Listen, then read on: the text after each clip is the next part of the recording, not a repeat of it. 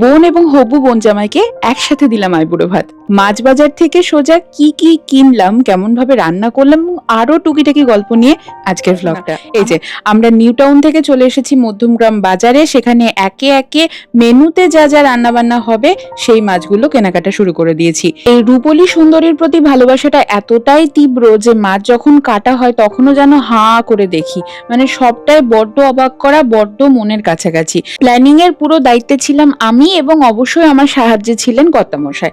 তাই আজকের মেনুতে বিশেষ করে ওই প্রথমে চিংড়ি মাছ দেখানো হলো, তারপর ইলিশ এবং তারপর বড় কাতলা।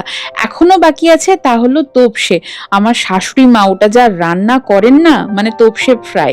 বাকি তিনটে মাছ আমি রান্না করব বলে ভেবে রেখেছি, কিন্তু আমাদের বাড়িতে সাহায্য করা এক বিশেষ দিদি রয়েছেন যিনি কাজ তো করেন না, যেন উড়ে উড়ে চলেন। মানে আমরা মুখে বলবো ওনার কাজ করা সারা হয়ে যাবে। শাশুড়ি মা তোপসে মাছগুলোকে ম্যারিনেট করে রাখলেন, কারণ ওই ম্যারিনেশনটা ভীষণ গুরুত্বপূর্ণ, তবেই মাছের স্বাদ বেড়ে একদম কয়েক গুণ হবে। আর এই দিকে সকালের এই মিঠেল রোদ্দুরটা নিতে আমি একটুখানি ব্যালকনিতে এলাম। আমাদের সেই সাহায্য করে দিদি আমাকে অনুরোধ করে বসলেন, বৌদিমণি এই কাতলা মাছটা আমি রান্না করি, কাতলা কালিয়া কিভাবে করব তুমি একটুখানি বলে দাও। তাই ওই টুক করে আমি এক ঝলক বলে দিয়েছি, এইভাবে করো। ওমা কি দারুণ যে কাতলা কালিয়াটা রান্না করলো না, পরে প্রশংসায় সকলে পঞ্চমুখ হয়েছে। এখন আমি বানাচ্ছি চিংড়ির মালাইকারি। এখানেও কিন্তু সব বাটা মশলা ব্যবহার করা হয়েছে, মানে বলা যেতে পারে সমস্ত রান্নাতে দিদির হাতে বাটা মশলাই ব্যবহার করা হয়েছে। শীতটা কেমন হালকা হালকা পড়েছে, একবার আসছে একবার চলে যাচ্ছে, বুঝতে পারছি না বাপু এবার দক্ষিণবঙ্গের শীত ঠিক কতটা জোরালো হবে। এই দেখো না, এই শীতের হালকা আমেজে আমাদের বাগানে কত ধরনের ফুল ফুটেছে, আর এসব দিয়েই আমাদের এই ছোট্ট মন্দির কি সুন্দরভাবে সেজে উঠবে। রিয়ানটা দেখো না, সকালবেলা ঘুম থেকে উঠে ওর প্রিয় পশুগুলোর নাম নিজে নিজে বানান করে লিখছে।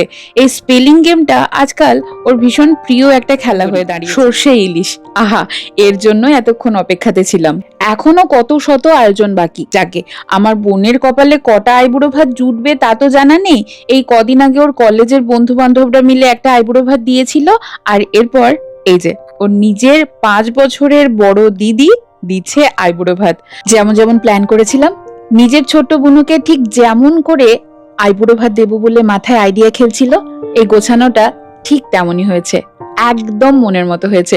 এত আনন্দ হচ্ছিল না, আমি যেন রীতিমতো লাফাচ্ছিলাম। আমার বোন এবং হবু বোন জামাই যা খুশি হয়েছে তা তোমরা আর খানিক্ষণের মধ্যে দেখতেই পাবে। একটুখানি ছোট্ট ঝলক, কারণ এর পরের বড় ঝলকটা আসছে নেক্সট ভ্লগে খুব শিগগিরই।